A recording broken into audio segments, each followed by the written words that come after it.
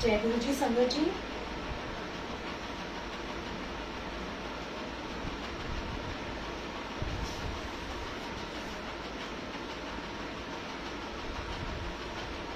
जय गुरु जी संगत जी।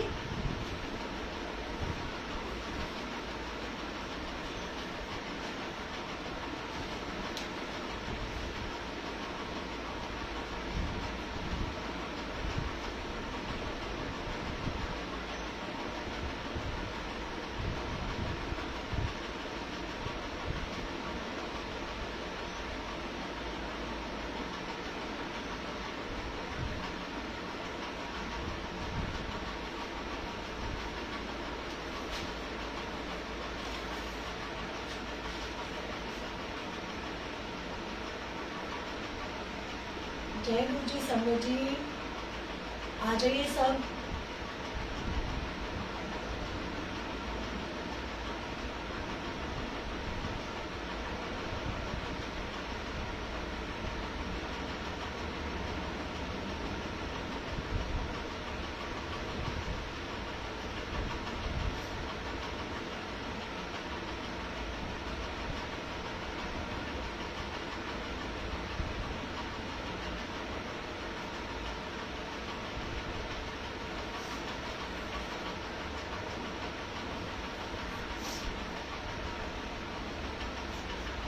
जय गुरु जी संगत जी, ये देखिए ये दरबार है गुरु जी का।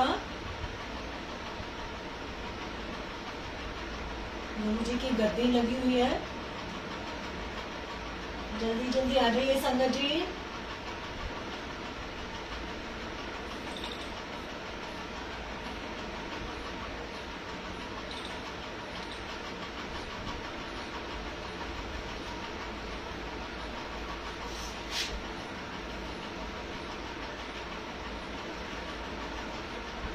जय गुरु जी संगत जी, शुक्राना गुरु महाराज जी का। आज गुरु जी महाराज जी ने मुझे ये प्लेटफॉर्म दिया है कि मैं शिव पुराण की सेवा कर पाऊँ।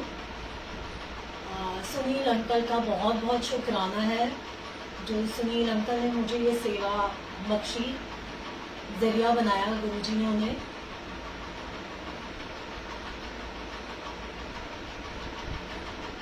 संगत जी जल्दी जल्दी आ जाइए, फिर हम स्टार्ट करेंगे शिव पुराण, श्री शिव पुराण।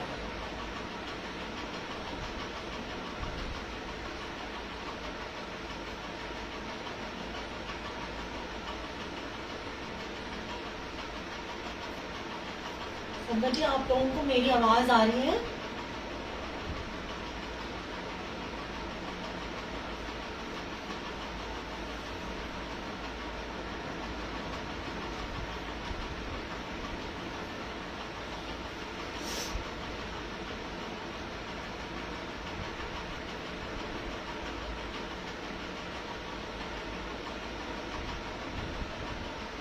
जी जल्दी जल्दी आ जाइए प्लीज। क्या शुरू करूं मैं संगत जी? आप बोलेंगे तो मैं स्टार्ट कर दूंगी।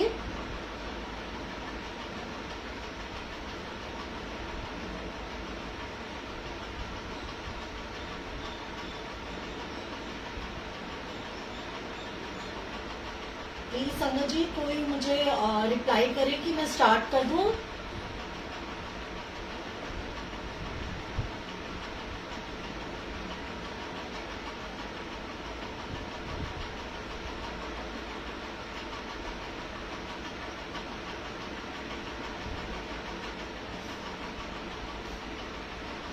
ओके, जय गुरु जी, शुक्राना गुरु जी महाराज, बहुत बहुत शुक्राना आपका। सेवा बख्शने का शुक्राना गुरु जी। मुझे ऐसा प्लेटफॉर्म देने का शुक्राना गुरु जी। आज मैं श्वेता आंटी द्वारका दिल्ली से मैं शिव पुराण की सेवा करूंगी, जो गुरु जी ने मुझे बख्शी है, क्योंकि बिना गुरु जी के बख्शे तो हम सेवा नहीं कर सकते। तो गुरु जी ने जो सेवा बख्शी है उसके लिए बहुत बहुत शुक्राना। जय गुरु जी। श्री शिव पुराण महात्मा। शौनक जी के साधन विषय प्रश्न करने पर सूत जी का उन्हें शिव पुराण की उत्कृष्ट महिमा सुना। श्री शौनक जी ने पूछा, महाज्ञानी सूत जी, आप संपूर्ण सिद्धांतों की ज्ञाता हैं। प्रभु, मुझसे पुराणों की कथाओं के सार तत्व का विशेष रूप से वर्णन कीजिए। ज्ञान और वैराग्य सहित भक्ति से प्राप्त होने वाले विवेक की वृद्धि कैसे होती है तथा साधु पुरुष किस प्रकार अपने काम, क्रोध आदि मानसिक विकारों का निवारण करते हैं। इस घोर कली काल में जीव प्रायः आसुर स्वभाव के हो गए हैं। संगत जी, आपको मेरी आवाज आ रही है? क्या मैं ऑडिबल हूँ? प्लीज संगत जी रिप्लाई कर दीजिए।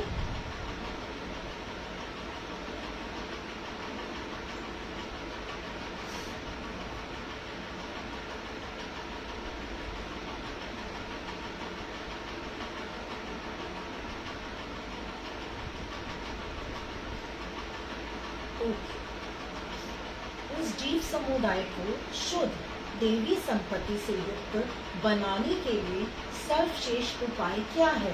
आप इस समय मुझे ऐसा कोई शाश्वत साधन बताइए जो कल्याणकारी वस्तुओं में भी सबसे उत्कृष्ट एवं परम मंगलकारी हो तथा पवित्र करने वाले उपायों में भी सर्वोत्तम पवित्र कारक उपाय हो। तात वह साधन ऐसा हो जिसके अनुष्ठान से शीघ्र ही अंतःकरण की विशेष शुद्धि हो जाए तथा उससे निर्मल चित्त वाले पुरुष को सदा के लिए शिव की प्राप्ति हो जाए। जय गुरु जी। श्री सूत जी ने कहा, मुनिश्रेष्ठ शौनक, तुम धन्य हो क्योंकि तुम्हारे हृदय में पुराण कथा सुनने का विशेष प्रेम एवं लालसा है। इसलिए मैं शुद्ध बुद्धि से विचार कर तुमसे परम उत्तम शास्त्र का वर्णन करता हूँ। वत्स, वह संपूर्ण शास्त्रों के सिद्धांत से संपन्न भक्ति आदि को बढ़ाने वाला तथा भगवान शिव को संतुष्ट करने वाला है। कानों के लिए रसायन अमृत स्वरूप तथा दिव्य है, तुम उसे श्रवण करो। मुने, वह परम उत्तम शास्त्र है शिव पुराण, जिसका पूर्व काल में भगवान शिव ने ही प्रवचन किया था। यह काल रूपी सर्प से प्राप्त होने वाले महान त्रास का विनाश करने वाला उत्तम साधन है। गुरुदेव व्यास ने सनत कुमार मुनि का उपदेश पाकर बड़े आदर से संक्षेप में ही इस पुराण का प्रतिपादन किया है। इस पुराण के प्रणयन का उद्देश्य है कलयुग में उत्पन्न होने वाले मनुष्यों के परम हित का साधन।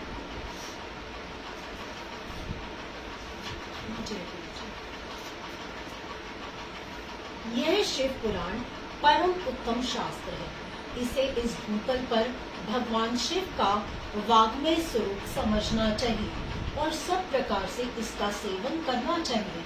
इसका पठन और श्रवण सर्व साधन रूप है।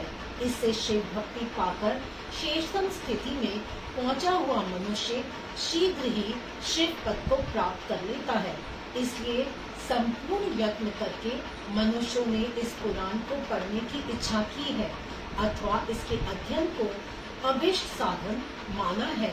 इसी तरह इसका प्रेम पूर्वक श्रवण भी संपूर्ण मनोवांछित फलों को देने वाला है। भगवान शिव के इस पुराण को सुनने से मनुष्य सब पापों से मुक्त हो जाता है तथा इस जीवन में बड़े बड़े उत्कृष्ट भोगों का उपभोग करके अंत में शिवलोक को प्राप्त कर लेता है।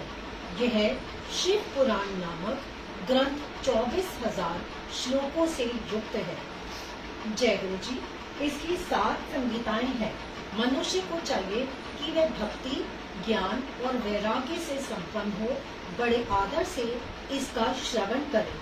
7 संहिताओं से युक्त यह दिव्य शिव पुराण परम ब्रह्मा परमात्मा के समान विराजमान है और सबसे उत्कृष्ट गति प्रदान करने वाला है। जय गुरु जी। जो निरंतर अनुसंधान पूर्वक इस शिव पुराण को बाँचता है अथवा नित्य प्रेम पूर्वक इसका पाठ मात्र करता है, वह पूर्ण आत्मा है। इसमें संशय नहीं है।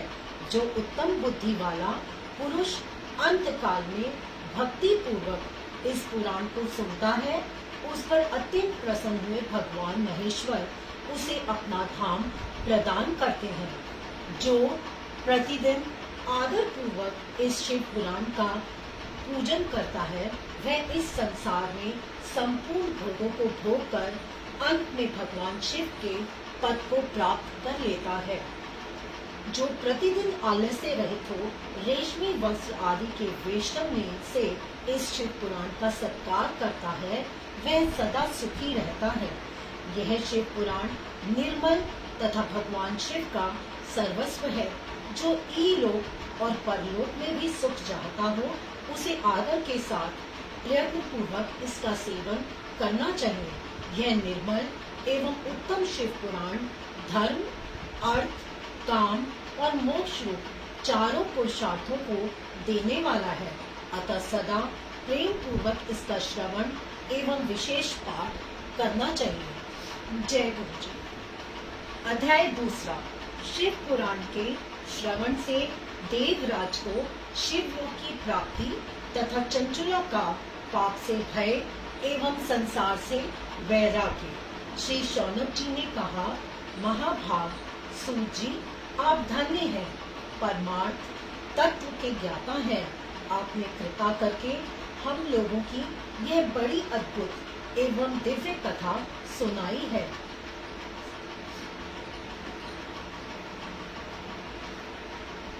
भूतल पर इस कथा के समान कल्याण का सर्वश्रेष्ठ साधन दूसरा कोई नहीं है।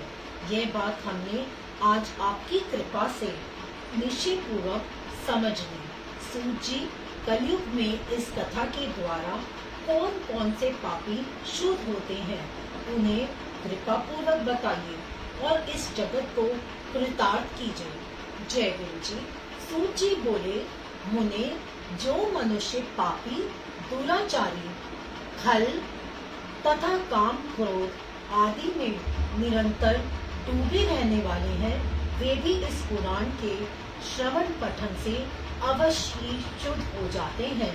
इसी विषय में जानकार मुनि इस प्राचीन इतिहास का उदाहरण दिया करते हैं, जिसके श्रवण मात्र से पापों का पूर्णतः नाश हो जाता है। पहले की बात है, कई किरातों के नगर में एक ब्राह्मण रहता था, जो ज्ञान में अत्यंत दुर्लभ, दरिद्र, रस बेचने वाला तथा वैदिक धर्म से विमुख था। वह स्नान, संध्या आदि कर्मों से भ्रष्ट हो गया था और वैश्य वृत्ति में तत्पर रहता था। उसका नाम था देवराज। संगत जी, एम आई ऑडिबल? प्लीज बता दीजिए, आवाज आ रही है मेरी? तब मैं आगे बढ़ूं।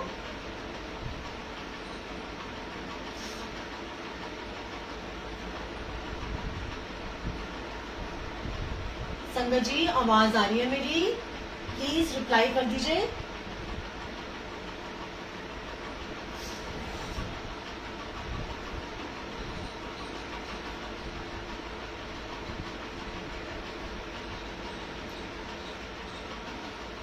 वह अपने ऊपर विश्वास करने वाले लोगों को ठगा करता था।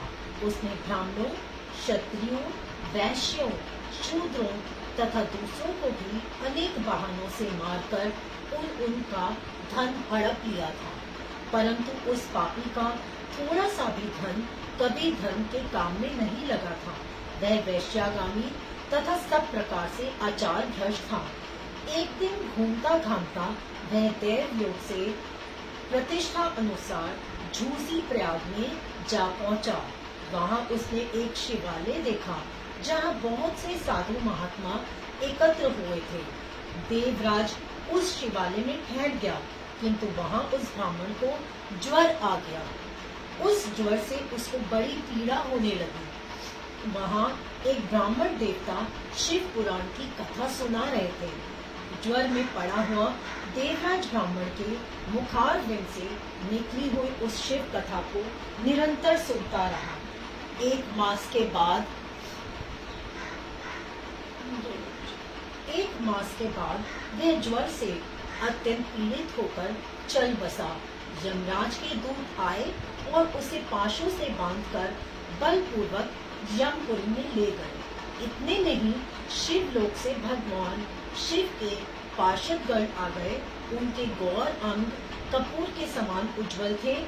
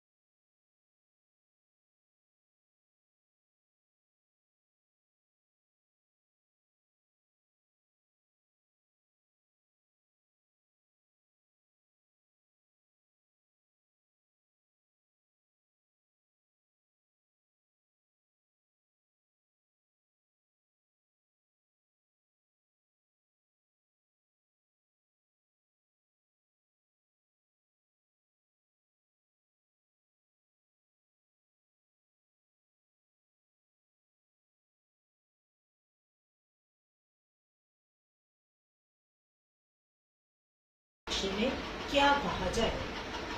जय गुरु जी। अन्य वर्णों के लोग भी उन्हीं की भांति कुत्सित विचार रखने वाले स्वधर्म विमुख एवं खल हैं। वे सदा कुकर्म में लगे रहते और नित्य विषय भोगों में ही डूबे रहते हैं। वहाँ की सब स्त्रियां भी कुटिल स्वभाव की, स्वेच्छाचारिणी, पापासक्त, कुत्सित विचार वाली और व्याभिचारिणी है। वे सद्व्यवहार और सदाचार से सर्वथा शून्य है। इस प्रकार वहाँ दुष्टों का ही निवास है। जय गुरु जी। उस वाशकर नामक ग्राम में किसी समय एक बिंदु नामधारी ब्राह्मण रहता था। वह बड़ा अधम था, दुरात्मा और महापापी था। यद्यपि उसकी स्त्री बड़ी सुंदरी थी, तो भी वह कुमार्ग पर ही चलता था। उसकी पत्नी का नाम चंचुला था। वह सदा उत्तम धर्म के पालन में लगी रहती थी, तो भी उसे छोड़कर वह दुष्ट ब्राह्मण वैश्यागामी हो गया था। इस तरह कुकर्म में लगे हुए उस बिंदु के बहुत वर्ष व्यतीत हो गए। उसकी स्त्री चंचुला काम से पीड़ित होने पर भी स्वधर्मनाश के भय से क्लेश सहकर भी दीर्घ काल तक धर्म से भ्रष्ट नहीं हुई, परंतु दुराचारी पति के आचरण से प्रभावित हो आगे चलकर वह स्त्री भी दुराचारनी हो गई। जय गुरु जी। इस तरह दुराचार में डूबे हुए उन मूढ़ चित्त वाले पति पत्नी का बहुत सा समय व्यर्थ बीत गया। तदंतर शूद्र जातीय वैश्या का पति बना हुआ वह दूषित बुद्धि वाला दुष्ट ब्राह्मण बिंदु समय अनुसार मृत्यु को प्राप्त हो नरक में जा पड़ा। बहुत दिनों तक नरक के दुख भोगकर वह मूढ़ बुद्धि पापी विंध्य पर्वत पर भयंकर पिशाच हुआ। इधर इस दुराचारी पति बिंदु के मर जाने पर वह मूढ़ हृदय चंचुला बहुत समय तक पुत्रों के साथ अपने घर में ही रही। जय गुरु जी। एक दिन दैव योग से किसी पुण्य पर्व के आने पर वह स्त्री भाई बंधुओं के साथ गोकर्ण क्षेत्र में गई। तीर्थ यात्रियों के संग से उसने भी उस समय जाकर किसी तीर्थ के जल में स्नान किया। फिर वह साधारणतया मेला देखने की दृष्टि से बंधु जनों के साथ यत्र तत्र घूमने लगी।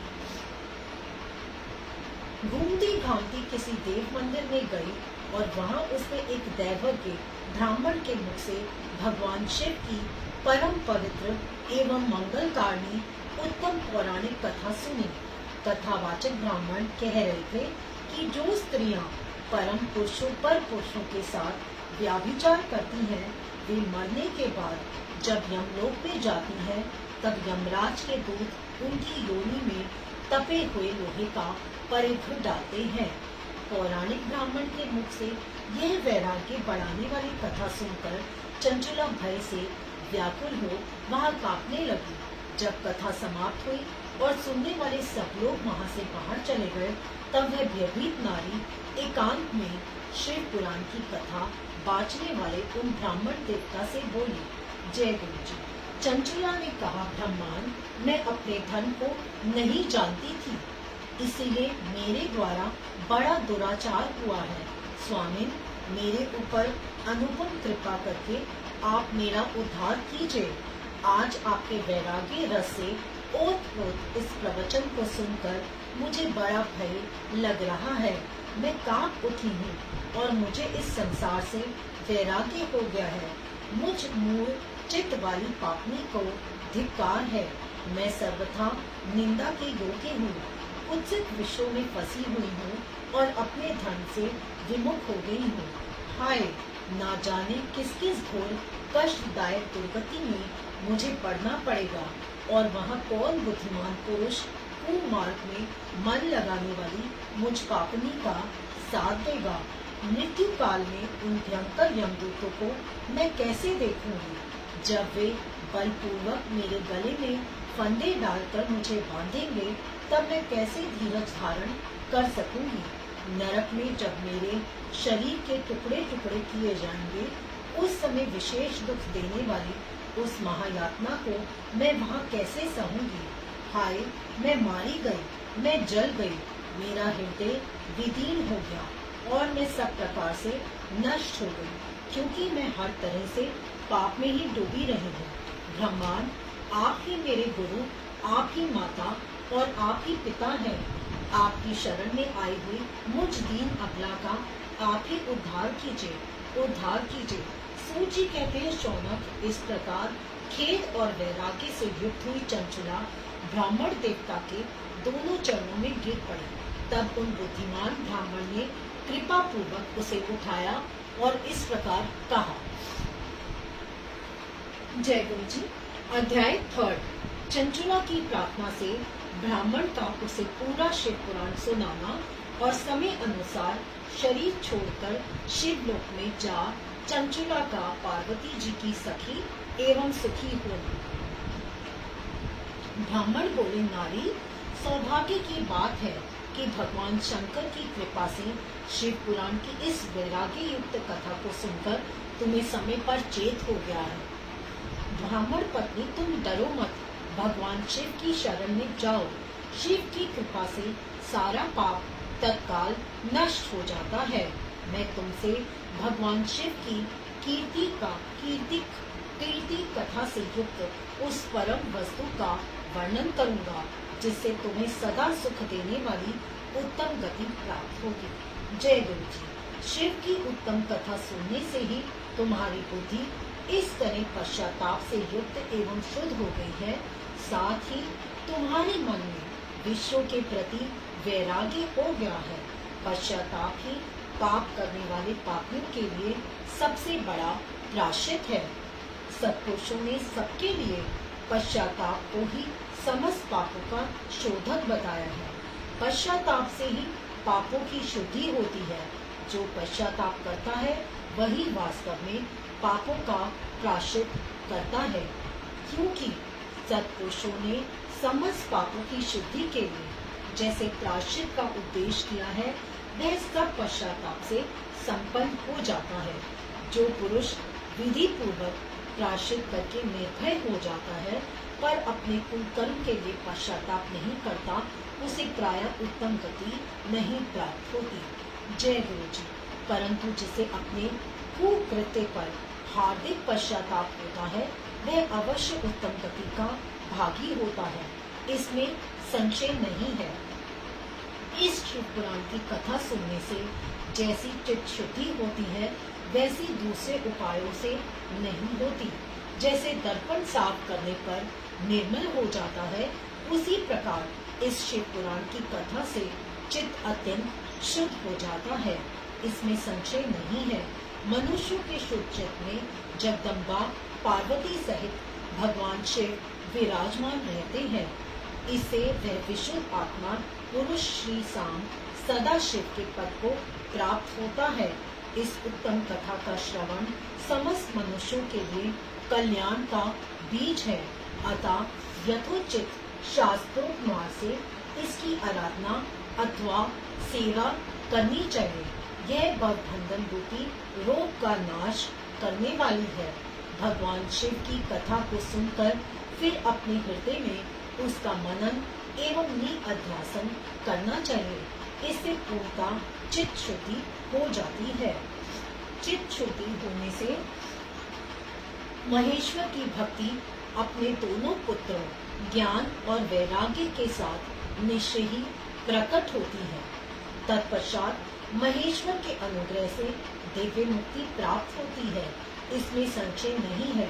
जो मुक्ति से वंचित है उसे पशु समझना चाहिए, क्योंकि उसका चित्त माया के बंधन में आसक्त है। वह निश्चय ही संसार बंधन से मुक्त नहीं हो पाता। जय गुरु जी। ब्राह्मण पत्नी, इसलिए तुम विषयों से मन को हटा लो और भक्ति भाव से भगवान शंकर की इस परम पावन कथा को सुनो। परमात्मा शंकर की इस कथा को सुनने से तुम्हारे चित्त की शुद्धि होगी और इससे तुम्हें मोक्ष की प्राप्ति हो जाएगी। जो निर्मल चित्त से भगवान शिव के चरणानंद बिंदु का चिंतन करता है, उसकी एक ही जन्म में मुक्ति हो जाती है। यह मैं तुमसे सत्य सत्य कहता हूँ। सूची कहते शौनक, इतना कहकर विशेष शिवभक्त ब्राह्मण चुप हो गए। उनका हृदय करुणा से आर्द्र हो गया था। वे चित महात्मा भगवान शिव के ध्यान में मग्न हो गए। तदंतर बिंदु की पत्नी चंचला मन ही मन प्रसन्न हो उठी। ब्राह्मण का उक्त उपदेश सुनकर उसके नेत्रों में आनंद के आंसू छलक आए थे। वह ब्राह्मण पत्नी चंचला हर्ष भरे हृदय से उन शेष ब्राह्मण के दोनों चरणों में गिर पड़ी और हाथ जोड़कर बोली, मैं कृतार्थ हो गई। तत्पश्चात उठकर वैराग्य युक्त उत्तम बुद्धि वाली वह स्त्री, जो अपने पापों के कारण आतंकित थी, उन महान शिवभक्त ब्राह्मण से हाथ जोड़कर गदगद वाणी में बोली, जय गुरु जी। चंचला ने कहा, ब्रह्मांड शिव भक्तों में शेष स्वामी, आप धन्य है, परमार्थदर्शी है और सदा परोपकार में लगे रहते हैं, इसलिए शेष साधु पुरुषों में प्रशंसा के योग्य हैं। साधु, मैं नरक के समुद्र में गिर रही हूँ, आप मेरा उद्धार कीजिए। पौराणिक अर्थ तत्व से संपन्न जिस सुंदर शिव पुराण की कथा को सुनकर मेरे मन में संपूर्ण विषयों से वैराग उत्पन्न हो गया, उसी इस शिव पुराण को सुनने के लिए इस समय मेरे मन में बड़ी श्रद्धा हो रही है।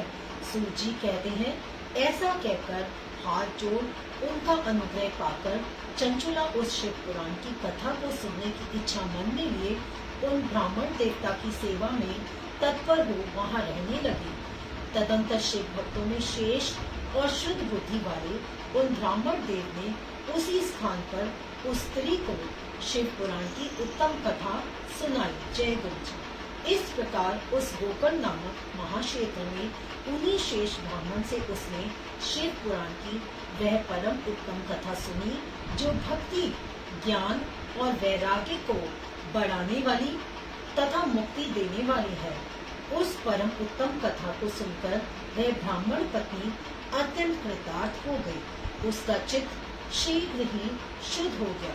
फिर भगवान शिव के अनुग्रह से उसके हृदय में शिव के सगुण रूप का चिंतन होने लगा। इस प्रकार उसने भगवान शिव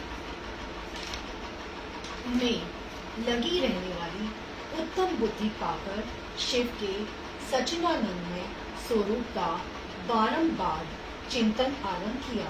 तत्पश्चात समय के पूरे होने पर भक्ति, ज्ञान और वैराग्य से युक्त हुई चंचुला ने अपने शरीर को बिना किसी कष्ट के त्याग दिया। इतने में ही त्रिपुर शत्रु भगवान शिव का भेजा हुआ एक दिव्य विमान द्रुत गति से वहां पहुंचा, जो उनके अपने गणों से संयुक्त और भांति भांति के शोभा साधनों से संपन्न था। चंचुला उस विमान पर आरूढ़ हुई और भगवान शिव के शेष पार्षदों ने उसे तत्काल शिवपुरी में पहुंचा दिया। उसके सारे मल धुल गए थे। वह दिव्य रूप में दिव्यांगना हो गई थी। उसके दिव्य अवयव उसकी शोभा बढ़ाते थे। मस्तक पर अर्धचंद्र का मुकुट धारण किए वह गौरांगी देवी शोभाशाली दिव्य आभूषणों से विभूषित थी। शिवपुरी में पहुंचकर उसने सनातन देवता त्रिनेत्रधारी महादेव जी को देखा। सभी मुख्य मुख्य देवता उनकी सेवा में खड़े थे। गणेश, भृगि, नंदीश्वर तथा वीरभद्रेश्वर आदि उनकी सेवा में उत्तम भक्ति भाव से उपस्थित थे। उनकी अंग कांति करोड़ों सूर्यों के समान प्रकाशित हो रही थी। कंठ में नील चिन्ह शोभा पाता था। 5 मुख और हर मुख में 3-3 नेत्र थे। मस्तक पर अर्धचंद्राकार मुकुट शोभा देता था। उन्होंने अपने वामन भाग में गौरी देवी को बिठा रखा था, जो विद्युत पुंज के समान प्रकाशित थी। गौरीपति महादेव जी की कांति कपूर के समान गौर थी। उनका सारा शरीर श्वेत भस्म से भासित था। शरीर पर श्वेत वस्त्र शोभा पा रहे थे। इस प्रकार परम उज्जवल भगवान शंकर का दर्शन करके वह ब्राह्मण पत्नी चंचुला बहुत प्रसन्न हुई। जय गुरु जी। अत्यंत नीति युक्त होकर उसने बड़ी उतावली के साथ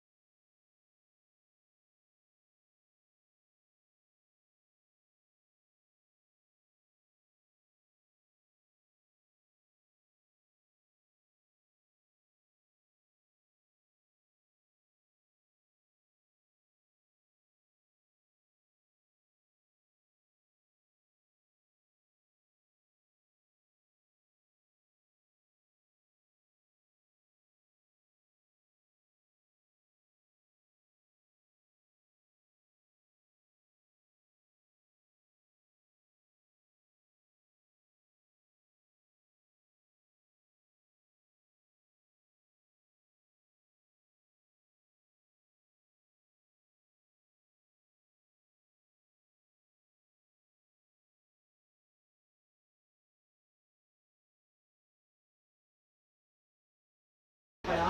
अगणित वर्षों तक नरक में नाना प्रकार के दुख भोगकर वह पाप आत्मा अपने शेष पाप को भोगने के लिए विंध्य पर्वत पर पिशाच हुआ है। इस समय वह पिशाच अवस्था में ही है और नाना प्रकार के क्लेश उठा रहा है। वह दुष्ट वही वायु पीकर रहता और सदा सब प्रकार के कष्ट करता है। जय गुरु जी। सूजी कहते हैं, शौनक, गौरी देवी की यह बात सुनकर उत्तम व्रत का पालन करने वाली चंचुला उस समय पति के महान दुख से दुखी हो गई। फिर मन को स्थिर करके उस ब्राह्मण पत्नी ने व्यथित हृदय से महेश्वरी को प्रणाम करके पुनः पूछा। चंचुला बोली, महेश्वरी महादेवी, मुझ पर कृपा कीजिए और दूषित कर्म करने वाले मेरे उस दुष्ट पति का अब उद्धार कर दीजिए। देवी, कुत्सित बुद्धि वाले मेरे उस पापात्मा पति को किस उपाय से उत्तम गति प्राप्त हो सकती है, यह शीघ्र बताइए। आपको नमस्कार है। जय गुरु जी। पार्वती ने कहा, तुम्हारा पति यदि शिव पुराण की पुण्यमयी उत्तम कथा सुने तो सारी दुर्गति को पार करके वह उत्तम गति का भागी हो सकता है। अमृत के समान मधुर अक्षरों से युक्त गौरी देवी का यह वचन आदर पूर्वक सुनकर चंचुला ने हाथ जोड़ मस्तक झुकाकर उन्हें बारंबार प्रणाम किया और अपने पति के समस्त पापों की शुद्धि तथा उत्तम गति की प्राप्ति के लिए पार्वती देवी से यह प्रार्थना की कि मेरे पति को शिव पुराण सुनाने की व्यवस्था होनी चाहिए। उस ब्राह्मण पत्नी के बारंबार प्रार्थना करने पर शिव प्रिया गौरी देवी को बड़ी दया आई। उन भक्तवत्सला महेश्वरी गिरिराज कुमारी ने भगवान शिव की उत्तम कीर्ति का गान करने वाले गंधर्वराज तुमरू को बुलाकर उनसे प्रसन्नता पूर्वक इस प्रकार कहा। जय गुरु जी। तुमरू, तुम्हारे भगवान शिव में प्रीति है। तुम मेरे मन की बातों को जानकर मेरे अभिष्ट कार्यों को सिद्ध करने वाले हो, इसीलिए मैं तुमसे एक बात कहती हूँ, तुम्हारा कल्याण हो। तुम मेरी इस सखी के साथ शीघ्र ही विंध्य पर्वत पर जाओ। वहाँ एक महाघोर और भयंकर पिशाच रहता है। उसका वृतांत तुम आराम से ही सुनो। मैं तुमसे प्रसन्नता पूर्वक सब कुछ बताती हूँ। पूर्व जन्म में वह पिशाच बिंदुक नामक ब्राह्मण था। मेरी इस सखी चंचुला का पति था, परंतु वह दुष्ट वैश्यागामी हो गया। स्नान संग्रह आदि नित्य कर्म छोड़कर अपवित्र रहने लगा। क्रोध के कारण उसकी बुद्धि पर मूर्छा छा गई थी। वह कर्तव्य कर अकर्तव्य का विवेक नहीं कर पाता था। अभक्षय भक्षण सज्जनों से द्वेष और दूषित वस्तु का दान लेना यही उसका स्वाभाविक कर्म बन गया था। वह अस्त्र लेकर हिंसा करता, बाएं हाथ से खाता, दीनों को सताता और क्रूरता पूर्वक पराये घरों में आग लगा देता था। चंडालों से प्रेम करता और प्रतिदिन वैश्या के संपर्क में रहता था। बड़ा दुष्ट था। वह पापी अपनी पत्नी का परित्याग करके दुष्टों के संग में ही आनंद मानता था। वह मृत्यु पर्यंत दुराचार में ही फंसा रहा। फिर अंतकाल आने पर उसकी मृत्यु हो गई। वह पापियों के भोग स्थान घोर यमपुर में गया और वहाँ बहुत से नरकों का उपभोग करके वह दुष्ट आत्मा जीव इस समय विंध्य पर्वत पर पिशाच बना हुआ है। जय गुरु जी। वही वह दुष्ट पिशाच अपने पापों का फल भोग रहा है। तुम उसके आगे यत्न पूर्वक शिव पुराण की उस दिव्य कथा का प्रवचन करो, जो परम पुण्यमय तथा समस्त पापों का नाश करने वाली है। शिव पुराण की कथा का श्रवण सबसे उत्कृष्ट पुण्य कर्म है। उससे उसका हृदय शीघ्र ही समस्त पापों से शुद्ध हो जाएगा और वह प्रेत योनि का परित्याग कर देगा। उस दुर्गति से मुक्त होने पर बिंदुक नामक पिशाच को मेरी आज्ञा से विमान पर बिठाकर तुम भगवान शिव के समीप ले आओ। जय गुरु जी। सूर्य कहते, शौनक, महेश्वरी उमा के इस प्रकार आदेश देने पर गंधर्वराज तुमको मन ही मन बड़े प्रसन्न हुए। उन्होंने अपने भाग्य की सराहना की। तत्पश्चात उस पिशाच की सती साध्वी पत्नी चंचुला के साथ विमान पर बैठकर नारद के प्रिय मित्र तुमरू वेगपूर्वक विंध्याचल पर्वत पर गए जहाँ वह पिशाच रहता था। वहाँ उन्होंने उस पिशाच को देखा। उसका शरीर विशाल था, थोड़ी बहुत बड़ी थी। वह कभी हंसता, कभी रोता और कभी उछलता था। उसकी आकृति बड़ी विकराल थी। भगवान शिव की उत्तम कीर्ति का गान करने वाले महाबली तुंबू ने उस अत्यंत भयंकर पिशाच को पाशों द्वारा बांध लिया। तदंतर तुंबू ने शिव पुराण की कथा बांचने का निश्चय करके महोत्सव युक्त स्थान और मंडप आदि की रचना की। इतने में ही संपूर्ण लोकों में बड़े वेग से यह प्रचार हो गया कि देवी पार्वती की आज्ञा से एक पिशाच का उद्धार करने के उद्देश्य से शिव पुराण की उत्तम कथा सुनाने के लिए तुंबू विंध्य पर्वत पर गए हैं। फिर तो उस कथा को सुनने के लोभ से बहुत से देव ऋषि शीघ्र ही वहाँ आ पहुंचे। आदर पूर्वक शिव पुराण सुनने के लिए आए हुए लोगों का उस पर्वत पर बड़ा अद्भुत और कल्याणकारी समाज जुट गया। फिर तुंबरू ने उस पिशाच को पाशों से बांधकर आसन पर बिठाया और हाथ में वीणा लेकर गौरीपति की कथा का गान आरंभ किया। पहली अर्थात विंध्येश्वर संहिता से लेकर 7वीं वायु संहिता तक महात्मा सहित शिव पुराण की कथा का उन्होंने स्पष्ट वर्णन किया। सातों संहिताओं सहित शिव पुराण का आदर पूर्वक श्रवण करके वे सभी श्रोता पूर्णतः कृतार्थ हो गए। उस समय परम पुण्य में शिव पुराण को सुनकर उस पिशाच ने अपने सारे पापों को धोकर उस पैशाचिक शरीर को त्याग दिया। फिर तो शीघ्र ही उसका रूप दिव्य हो गया, अंग कांति गौरव वर्ण की हो गई। शरीर पर श्वेत वस्त्र तथा सब प्रकार के पुरुषोचित आभूषण उनके अंगों की उद्रासित करने लगे। वह त्रिनेत्रधारी चंद्रशेखर रूप हो गया। इस प्रकार दिव्य देहधारी होकर श्रीमान बिंदु अपनी प्राण वल्लभा चंचुला के साथ स्वयं भी पार्वती वल्लभ भगवान शिव का गुणगान करने लगा। उसकी स्त्री को इस प्रकार दिव्य रूप से सुशोभित देख वे सभी देव ऋषि बड़े विस्मित हुए। उनका चित्त परमानंद से परिपूर्ण हो गया। भगवान महेश्वर का वह अद्भुत चरित्र सुनकर वे सभी श्रोता परम कृतार्थ हो प्रेम पूर्वक श्री शिव का यशोगान करते हुए अपने अपने धाम को चले गए। दिव्य रूपधारी श्रीमान बिंदु भी सुंदर विमान पर अपनी प्रियतमा के पास बैठकर सुखपूर्वक आकाश में स्थित हो बड़ी शोभा पाने लगे। तदंतर महेश्वर के सुंदर एवं मनोहर गुणों का गान करता हुआ वह अपनी प्रियतमा तथा कुंडलों के साथ शीघ्र ही शिव धाम जा पहुंचा। वहां भगवान महेश्वर तथा पार्वती देवी ने प्रसन्नता पूर्वक बिंदु का बड़ा सत्कार किया और उसे अपना पार्षद बना लिया। उसकी पत्नी चंचुला पार्वती जी की सखी हो गई। उस घनीभूत ज्योति स्वरूप परमानंदमय सनातन धाम में अविचल निवास पाकर वे दोनों दंपति परम सुखी हो गए। जय गुरु जी, शुक्राना गुरु जी। शिव पुराण के श्रवण की विधि तथा श्रोताओं के पालन करने योग्य नियमों का वर्णन। जय गुरु जी। शौनक जी कहते हैं, महाप्रयाग व्यास शिष्य सूत जी आपको नमस्कार है। आप धन्य हैं, शिव भक्तों में श्रेष्ठ हैं। आपके महान गुण वर्णन करने योग्य हैं। अब आप कल्याणमय शिव पुराण के श्रवण की विधि बतलाइए, जिससे सभी श्रोताओं को संपूर्ण उत्तम फल की प्राप्ति हो सके।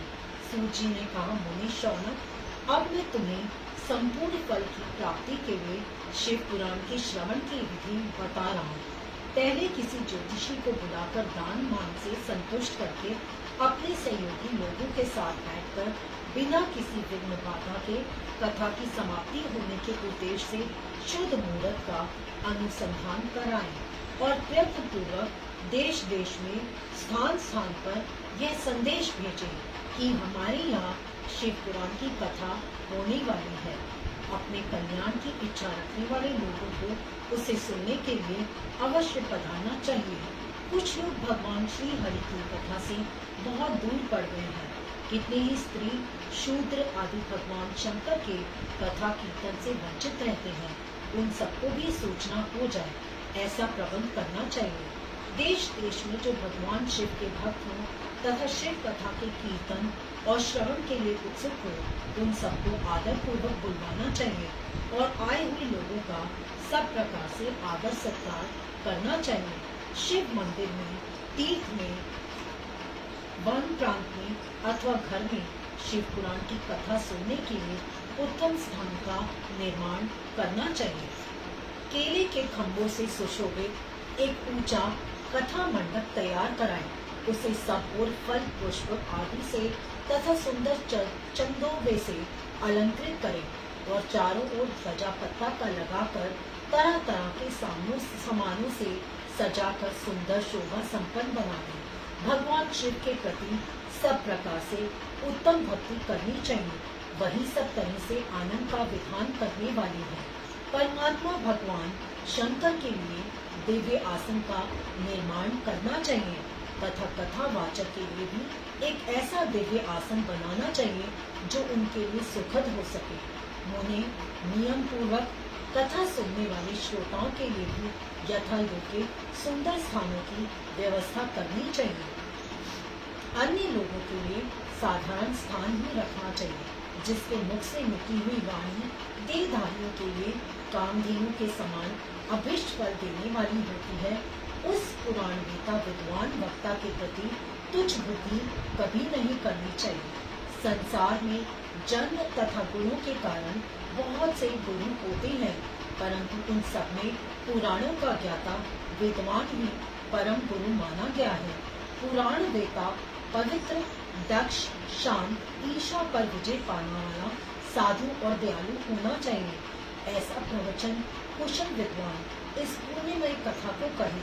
सूर्योदय से आरंभ करके 3:30 पहर तक उत्तम बुद्धि वाले विद्वान पुरुष को शिव पुराण की कथा सम्यक रीति से बांटनी चाहिए। मध्याह्न काल में 2 घड़ी तक कथा बंद रखनी चाहिए, जिससे कथा कीर्तन से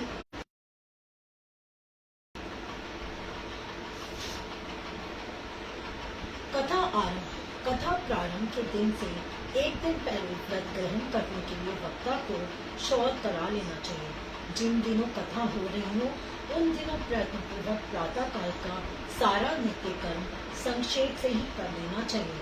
वक्ता के पास उसकी सहायता के लिए एक दूसरा वैसा ही विद्वान स्थापित करना चाहिए। वह भी सब प्रकार के संशयों को निवृत्त करने में समर्थ और लोगों को समझाने में कुशल हो। कथा में आने वाले विघ्नों की निवृत्ति के लिए गणेश जी का पूजन करें। कथा के स्वामी भगवान शिव की तथा विशेषता शिव पुराण की पुस्तक की भक्ति भाव से पूजा करें। तत्पश्चात उत्तम बुद्धि वाला श्रोता तन मन से शुद्ध एवं प्रसन्नचित्त हो आदर पूर्वक शिव पुराण की कथा सुने।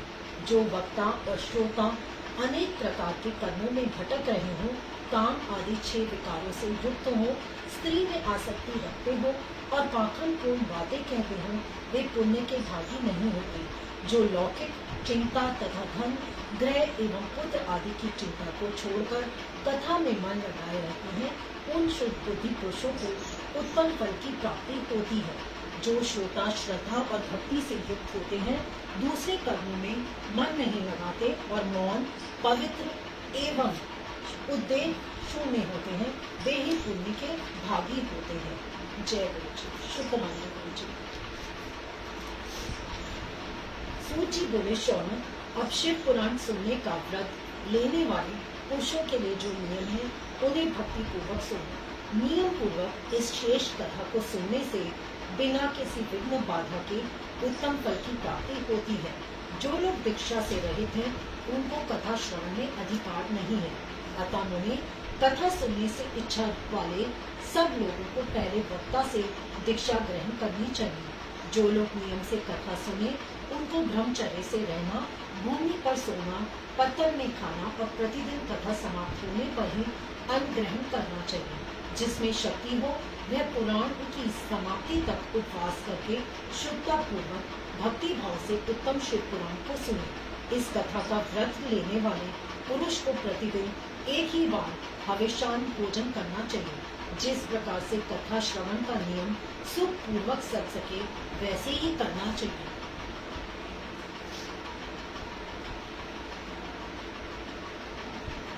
गरिष्ठ अन्न, दाल, जला अन्न, सेम, मसूर, भाव दूषित तथा बासी अन्न को खाकर कथावृत्ति पुरुष कभी कथा को ना सुने। जिसने कथा का व्रत ले रखा हो वह पुरुष प्याज, लहसुन, हींग, गाजर, मादक वस्तु तथा आमिष कही जाने वाली वस्तुओं को त्याग दे। कथा का व्रत लेने वाला पुरुष काम, क्रोध आदि 6 विकारों को, ब्राह्मणों को, निंदा को तथा पतिव्रता और साधु संतों की निंदा को भी त्याग दे। कथाव्रती पुरुष प्रतिदिन